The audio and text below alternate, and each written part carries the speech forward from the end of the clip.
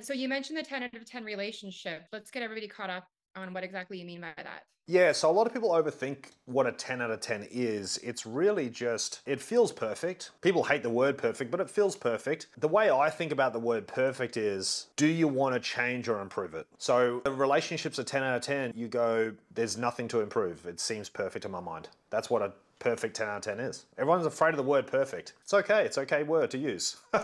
That's achievable based on obviously your experience and your coaching. Like basically hold out until you have that, because usually there's like, oh well, he's so great, but there's just this thing. I hear a lot of that, 100%, a lot of big butts. Most people never achieve a 10 out of 10 because they settle for someone who's not their ideal partner. They just pick someone based on proximity. They look kind of good, they're okay, they're better than your ex, and they're still not your ideal partner. It's not maybe toxic, but it's a normal 7 out of 10 type relationship. You got to embrace the masculine feminine energy and effective communication. You got to hit the fundamentals right. You got to pick the right person. You don't want to settle for a 90%er. So sometimes you meet someone, it's great chemistry, great compatibility, no X factor. Other people you meet, great chemistry, no compatibility. Other people you meet, great compatibility, no chemistry. It's got to be everything, all of it. So those three: chemistry, compatibility, X factor, is what you're saying we just have to have within the first 1 or 2 dates. You'll feel it real fast. So chemistry, you want to rip each other's clothes off. The smell, they smell very attractive.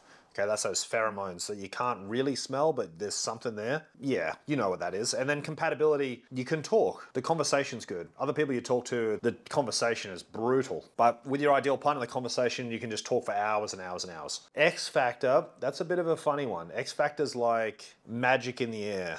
Like fairy dust, like Disney movie sort of stuff. It's hard to describe, but it's something, it's almost in your soul telling you to be with that person. It's kind of something in the air, you know what I mean? Wow, I want that. You're saying that's out there, and it's like you don't have to wait for 10 dates and try to, we can't like change people, but basically it's like you either know or you don't. It sounds like. I've helped heaps of people achieve 10 out of 10, thousands achieve a 10 out of 10.